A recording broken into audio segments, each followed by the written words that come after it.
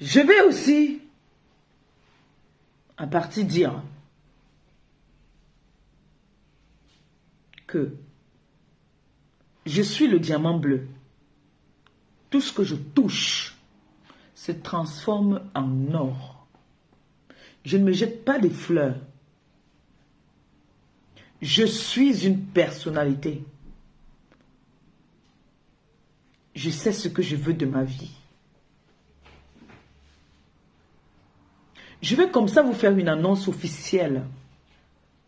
Mon fils, il a déjà fait.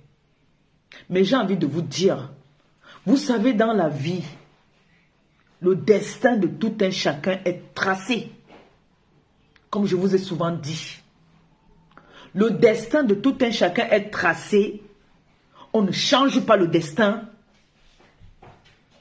de quelqu'un. Si Dieu a dit, Maléba perpétue, tu vas t'appeler le diamant bleu. Nous sommes nombreuses sur la toile. Mais il y a une belle personne qui est venue, qui a dit, après tant de recherches, elle s'est levée un matin, elle a dit, elle a vu un truc en moi. Elle a dit les noms qu'on lui donne, le pape, compressor, maman perpé. Non, elle mérite mieux que ça. Elle a cherché un nom que personne dans le monde ne pourra toucher. Elle m'a donné le nom de diamant bleu. Elle a dit, toi, tu es une perle rare. Alors je vais te donner le nom de diamant bleu. Elle m'a béni en me donnant le nom de diamant bleu. Après une longue prière. Et ça se verrait que tout le monde trouve que je porte très bien ce nom. J'ai envie de dire aujourd'hui qu'il y a des personnes qui portent bonheur, il y a des personnes qui portent malheur. Il y a des personnes, quand ils entrent dans ta vie, ils t'amènent des ondes positives. Il y a des personnes, quand ils entrent dans ta vie, ils ne t'amènent que du malheur. Je vous dis tout le temps que les saints doigts ne sont pas pareils. Ne vois pas ta copine ou ton copain ou ton ami ou ta soeur voyager en première classe tout le temps, tu l'envies. Ton jour arrivera un jour. Ne vois pas ta copine porter les derniers cris de sacs, les derniers cris de chaussures. Tu dis que pour toi, oh, pourquoi tu n'as... Non. Pour toi arrivera un jour. On a essayé ici de boycotter, de retarder le destin de Joseph Samé, qui est mon neveu.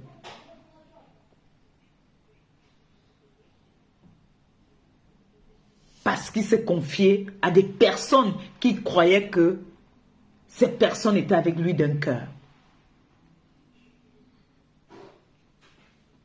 Quand il a commencé cette démarche, où on avait déjà accepté, parce qu'il voyageait depuis, sa grand-mère lui a dit, mon fils, mon petit-fils, mon bébé, ne dis à personne. Ta tante que tu vois là, quand elle voyageait, elle a dormi avec sa meilleure copine sur le lit.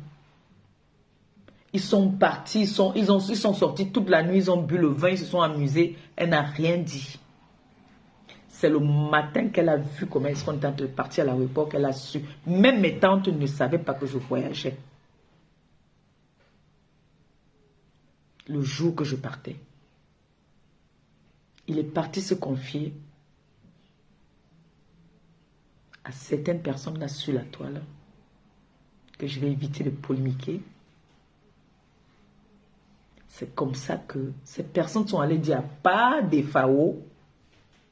Ils ont formé un groupe collectif pour appeler à son lieu de service pour boycotter, salir ses chances de voyager. Et tout le temps, moi je lui disais, le destin de tout un chacun est tracé. Mon fils, si tu crois en Dieu ou au Saint-Esprit, prie ton Dieu. Ta grand-mère te met en prière. Cette semaine-ci, c'était la semaine du rosaire. Il était dans les prières. Je lui ai dit, tu vas voyager, ne t'inquiète pas. On peut retarder ton destin, mais on ne peut pas le changer. On peut retarder ton destin, on ne pourra jamais le changer. Pablo Doc peut venir avec toute la haine, toute la rage, mais il ne pourra jamais changer ton destin. Le voilà aujourd'hui, il est à New York. Il est parti, il est à New York.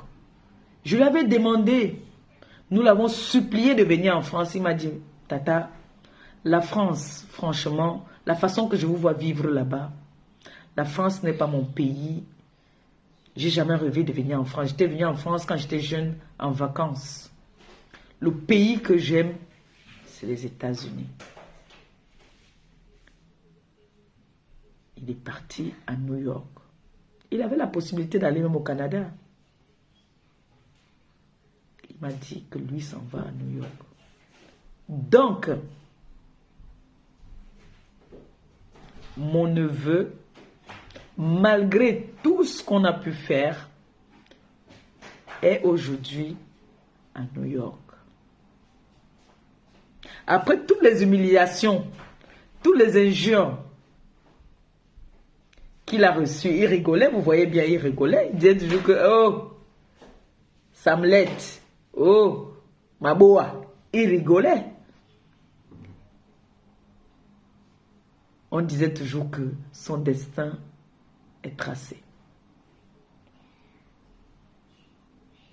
Malgré tout ce qu'il a subi du côté du Maroc, les Kacham, les attrapez-le, les tuez-le, les arrachez le téléphone, occupez-vous de lui, tout ça.